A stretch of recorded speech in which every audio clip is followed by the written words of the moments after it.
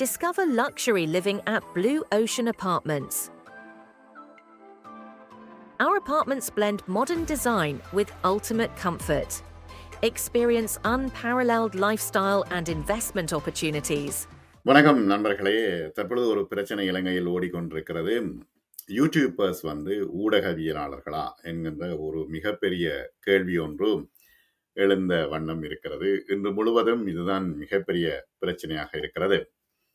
கலாவர்ஷினி கனகரட்னம் ஒரு journalist, training consultant, researcher, MOJO, storyteller, voice over artist.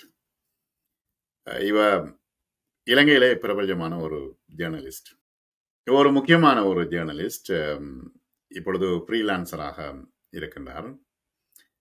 முதல்ல ஆதவன் டிவியில் வேலை செய்திருக்கிறார், ஆதவன் நியூஸில் வேலை செய்திருக்கிறார், சக்தி டிவியில் வேலை செய்திருக்கிறார், விழுதில் எடிட்டராக இருந்திருக்கின்றார்.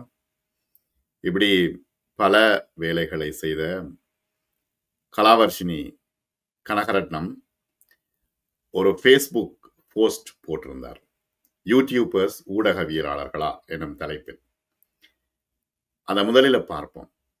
சுதந்திர தின நிகழ்வுகளை பதிவு செய்த யூடியூபர் ஒருவரை இழுத்துச் சென்று வெளியே தள்ளினர் என ஒரு ஃபேஸ்புக் பதிவை பார்த்தேன். புகைப்படத்தையும் அந்த பதிவாளர் போட்டிருந்தார். விடயம் என்னவென்றால், அதன் பின்னரான பதிவுகளில் பெரும்பாலானவை ஊடக சுதந்திரம் பறிக்கப்பட்டு விட்டது, ஊடகவியலாளர் தடுக்கப்பட்டார், தரதரவென இழுத்துச் செல்லப்பட்டார், செய்தி சேகரிக்க அனுமதி மறுக்கப்பட்டது என காணப்பட்டது. ஊடக சுதந்திரம் பறிக்கப்படுகையில் குரல் கொடுக்கும் நாம், அவ்வாறு நடைபெறாத சந்தர்ப்பங்களில் நடைபெற்றதாக பரப்பும் செய்திகள் பற்றியும் தெளிவுபடுத்த வேண்டும். காரணம், இது நாட்டிற்குள் தேவையற்ற முரண்பாடுகளை தோற்றுவிக்கலாம், மக்களுக்கு பிழையான பிம்பத்தை வழங்கலாம். முதலாவது, அரச நிகழ்வுகளை பதிவு செய்வதற்கு கட்டாயம் முன் அனுமதி பெற வேண்டும். அது சுதந்திர தினம், புதிய அரசாங்கம் ஆட்சி பீடமேறும் நிகழ்வு, அமைச்சர்கள் நியமனம், வெளிநாட்டு தலைவர்களின் விஜயம், முக்கிய ஒப்பந்தங்கள் கைச்சாத்து போன்றன பெரும்பாலும் நிகழ்வுகளாக நடைபெறும். அரசாங்க தகவல் திணைக்களம் அல்லது சம்பந்தப்பட்ட அரச நிறுவனத்தின் ஊடக பிரிவு முன்கூட்டியே அதற்கான அறிவித்தலை சம்பந்தப்பட்ட ஊடக நிறுவனத்திற்கு வழங்கும். அதில் சகல விபரங்களும் குறிப்பிடப்பட்டு, உங்கள் நிறுவனம் சார்பாக ஒரு செய்தியாளர், புகைப்பட ஊடகவியலாளர் அல்லது வீடியோ பதிவாளரை அனுப்புமாறு கூறப்பட்டிருக்கும். அவர்களது தரவுகளை அடையாள அட்டை சகிதம் நிரப்பி அனுப்புமாறும் கூறப்படும். இல்லாத சந்தர்ப்பங்களை நீங்கள் முறைப்படி எழுத்து மூலம் கோரிக்கை விடுத்து அனுமதியை பெற்றுக்கொள்ளலாம். நிகழ்வினை பொறுத்து ஒரு குறிப்பிட்ட இடத்திற்கு குறிப்பிட்ட நேரத்திற்கு ஊடகவியலாளர்களை வருமாறு கூறுவர். அங்கிருந்து வாகன வசதிகளை வழங்குவர். நிகழ்வு மற்றும் இடத்தை பொறுத்தது எல்லாவற்றிற்கும் வழங்க மாட்டார்கள். காரணம் என்னவெனில், இவ்வாறான நிகழ்வுகளில் பூனைக்குட்டி போல அங்குமிங்கும் ஓடி வீடியோ எடுக்கும் போது அது அனைவருக்கும் சிரமம். எதுவும் ஒழுங்காக நடைபெறாது. பாதுகாப்பு தொடர்பாகவும் கரிசனை உண்டு. ஊடகவியலாளர் என கூறிக்கொண்டு யாரேனும் விஷமி ஒருவர் வந்தால் ஊடகவியலாளர்களுக்கு என பிரத்யேகமான ஒரு இடத்தை ஒதுக்கி இருப்பார்கள். அங்கு கேமராவை பொருத்தி கொண்டு சிரமமின்றி செய்தி சேகரிக்க முடியும், பதிவு செய்ய முடியும். முக்கிய வெளிநாட்டு அரச தலைவர்கள் வருகையில் விமான நிலையத்தில் அதனை பதிவு செய்ய அனுமதி கிடைக்கும். அப்போதெல்லாம் எமக்கு தனியாக ஒரு வண்டியை ஒதுக்கி வைத்திருப்பார். அங்குமிங்கும் கொண்டு போய் கேமராவை வைத்திருக்க வேண்டியதில்லை, நாமும் அங்குமிங்கும் ஓட வேண்டியதில்லை. இதுதான் நடைமுறை. ஆக ஊடக அடையாள அட்டை வைத்திருக்கிறோம் என்பதற்காக கண்ட இடத்தில் கேமராவை தூக்க முடியாது. வரையறைகள் உண்டு. அது எமது வசதிக்காகவும் தான். அடுத்தது, ஊடகவியலாளர்களா என்ற கருத்தாடல் தற்பொழுது நடைபெறுகிறது. பொதுவாக ஒரு செய்தியாளர், உண்மையான செய்தியாளர் தான் ஒரு விடயத்தை வெளியிடும் பொழுது எத்தனை லைக், எத்தனை வியூ என பார்ப்பதில்லை. எவ்வளவு காத்திரமான ஒரு விடயத்தை வழங்கியுள்ளோம் என்பதைத்தான் பார்ப்பார்.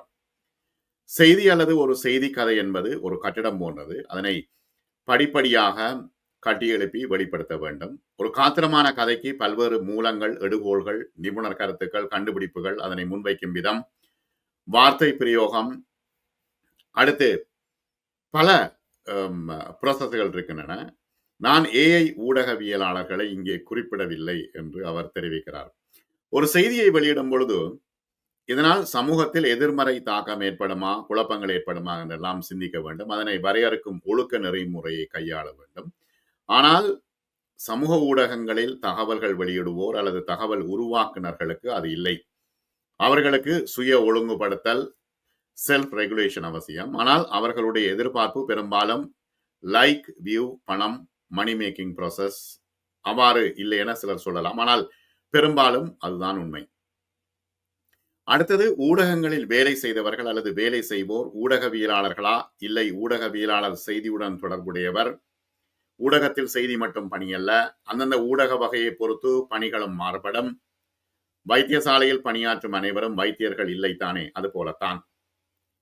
ஏன் இவ்வாறான குழப்பங்கள் வருகின்றன?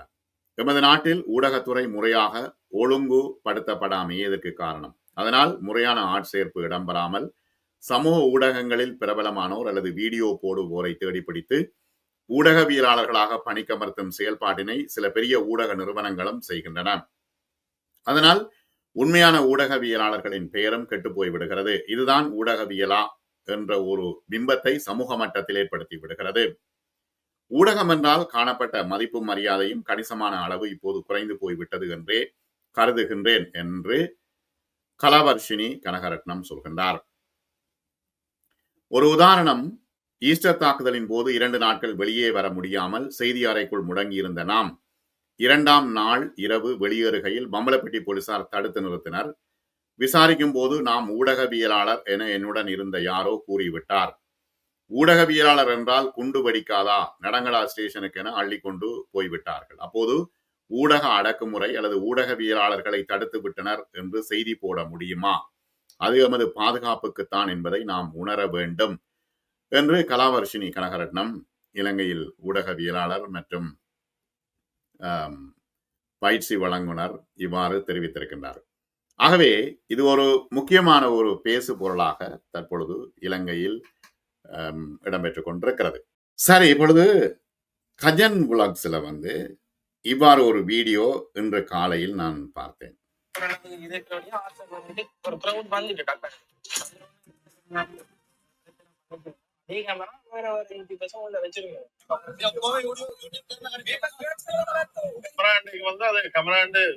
சொல்லவே இல்லை. அது ஒரு சின்ன ஆக்ஷன் கேமரா.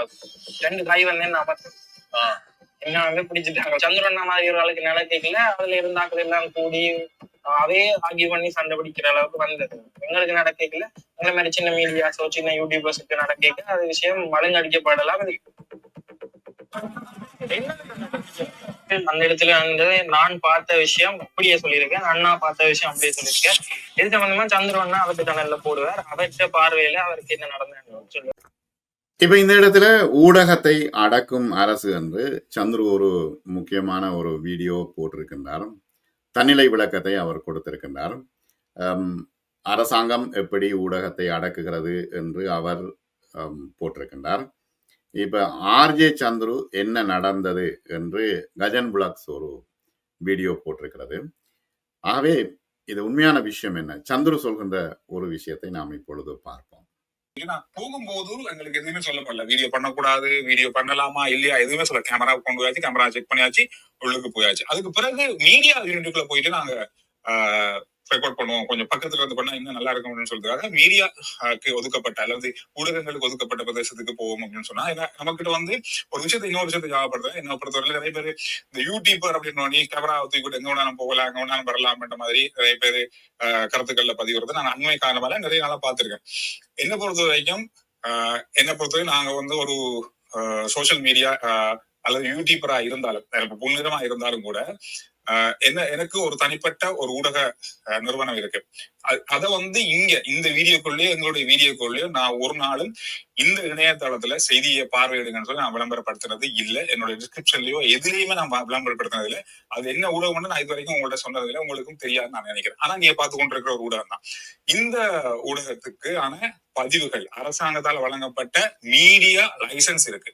மீடியா எனக்கு தனியான என்னுடைய பேர்ல media identity card, media pass இருக்கு. இதெல்லாம் ஒரு சாதாரணமா இலங்கையில இருக்க ஊடகத்துக்கு இருக்கிற அத்தனை விஷயங்களும் இருக்கு.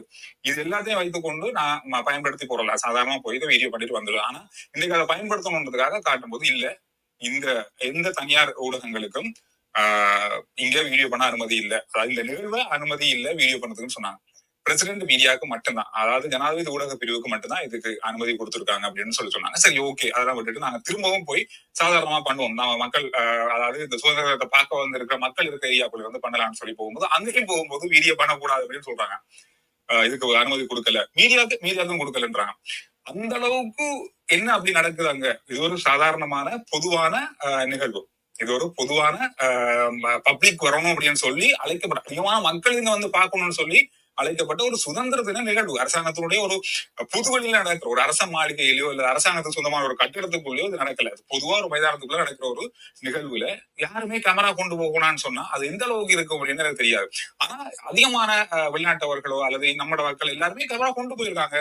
கேமரா செக் பண்ணி உள்ள விட்டுருக்காங்க. என்னுடைய கேமரா தான் செக் பண்ணி விட்டேன், ஆனா வீடியோ பண்ணக்கூடாதுன்னு சொல்றாங்க. இந்த இடத்த வந்து நான் போயிட்டு வீடியோ பண்ணும்போது இல்ல பண்ணக்கூடாது அப்படின்றத கையை பிடிச்சி இழுத்து கொண்டு போற அளவுக்கு இந்த நடைமுறை எனக்கு பார்க்கறதுக்கு ஆச்சரியமா இருந்துச்சு. இந்த விஷயத்த பார்க்கும்போது ஏன் இப்படி நடந்து கொள்றாங்க அப்படின்னு சொல்லி, அதாவது அண்மை நாட்களை நான் ஒரு விஷயம் வீடியோலயே சொல்லியிருந்தேன். அதாவது ஊடகங்களுக்கு எதிரான ஒரு சில கருத்துக்கள் இந்த அரசாங்கத்தின் மூலமாக முன்வைக்கப்படுது கடந்த நாட்கள்.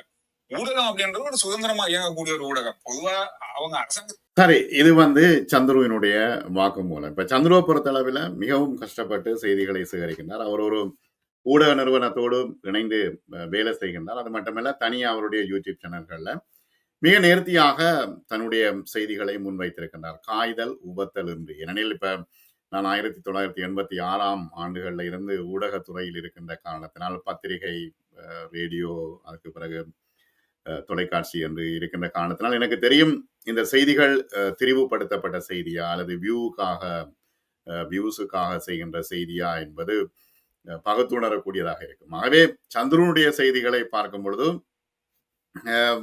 காய்தல் உபத்தலின்றி செய்கின்றார். ஒரு சிலர் பல விமர்சனங்களை முன்வைத்தாலும் கூட இப்ப நாங்கள் பயின்று வந்த பாதை அதுதான். காய்தல் உபத்தலின்றி செய்திகளை முன்வைக்க வேண்டும். செல்ஃப் சென்சார் ஒன்று வைத்துக் கொள்ள வேண்டும். என்னென்ன விஷயங்களை சொல்ல வேண்டும், சொல்லக்கூடாது என்று நாங்கள் பயிற்றப்பட்டிருக்கின்றோம்.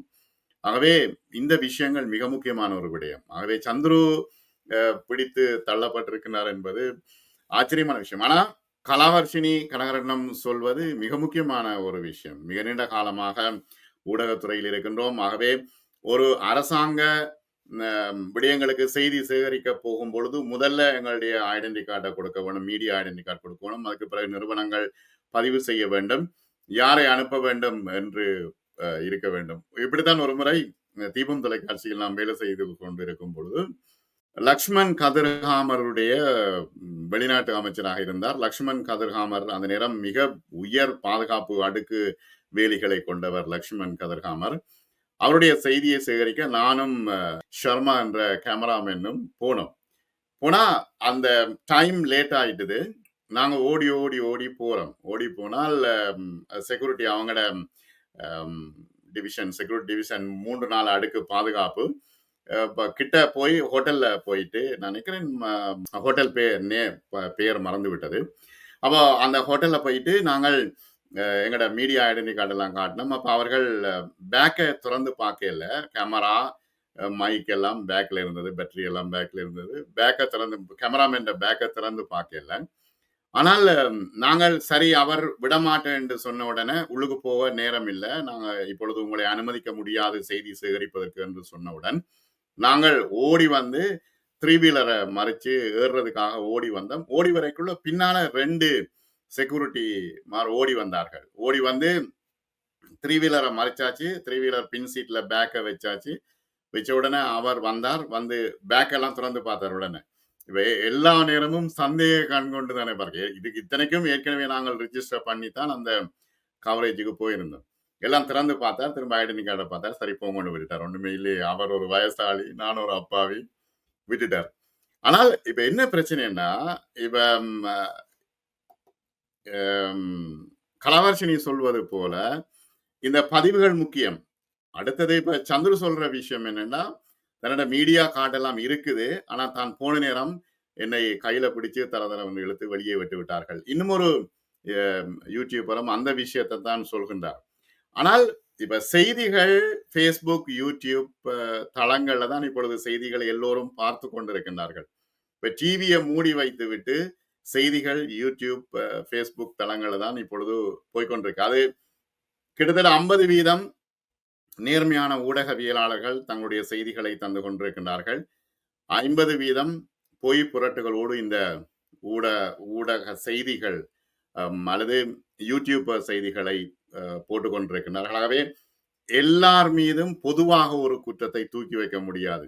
இவையெல்லாம் யூடியூப்லாம் இயங்கிக் கொண்டிருக்கிற ஒரு சூழ்நிலைக்கு பெரிய பெரிய மெயின் ஸ்ட்ரீம் மீடியாக்கள், மீடியாவில் இருந்து வெளியில வந்தவர்கள் எல்லோருமே இப்பொழுது யூடியூப்ல தனித்தனி சேனல், கரண் தாப்பரை சொல்லலாம், அடுத்தது ஹசீஃபை சொல்லலாம், மிகப்பெரியவர்கள் எல்லோரும் இந்தியா டுடே மீடியாவில் இருந்து வெளியில வந்தவர்கள் எல்லோருமே தனித்தனி யூடியூப்ல இப்பொழுது கோலோச்சி கொண்டிருக்கிறார்கள், நேர்மையான செய்திகளை தந்து கொண்டிருக்கிறார்கள். ஆகவே இப்ப சந்துரு தருவது நேர்மையான செய்தியா இல்லையான்னா, இப்ப என்ன பொறுத்தளவில் அது நேர்மையான செய்திகள். அவர் எந்த விதமான பிழையும் இல்லாம செய்திகளை கொடுத்து கொண்டிருக்கின்றார். 50% யூடியூப்பில் செய்தி வழங்குகின்ற செய்தியாளர்கள் நேர்மையான செய்திகளைத்தான் கொடுத்து கொண்டிருக்கின்றார்கள். அவை எல்லோரையும் ஒட்டுமொத்தமாக குறை சொல்ல முடியாது. ஆனால் ஊடக சுதந்திரம் நசுக்கப்படுகின்றதா இல்லையா என்கின்ற விடயங்களை இலங்கையில் உள்ள ஊடகவியலாளர்கள் தான் மிக தெளிவாக விளங்கப்படுத்த வேண்டும். சந்துரு அப்படித்தான் சொல்றார், ஊடக சுதந்திரம் நசுக்கப்பட்டிருக்கிறது என்றுதான் சந்துரு சொல்கின்றார். ஆகவே போக போகத்தான் தெரியும் இந்த ஏவிபி அரசாங்கம் என்ன விடயங்களை செய்ய போகிறது என்பது போக போக தெரியும். நல்லது, இது ஒரு தகவலுக்காக என்று நாம் பகிர்ந்து கொண்டோம். மீண்டும் மற்றும் ஒரு வீடியோவில் சந்திப்போம். வணக்கம்.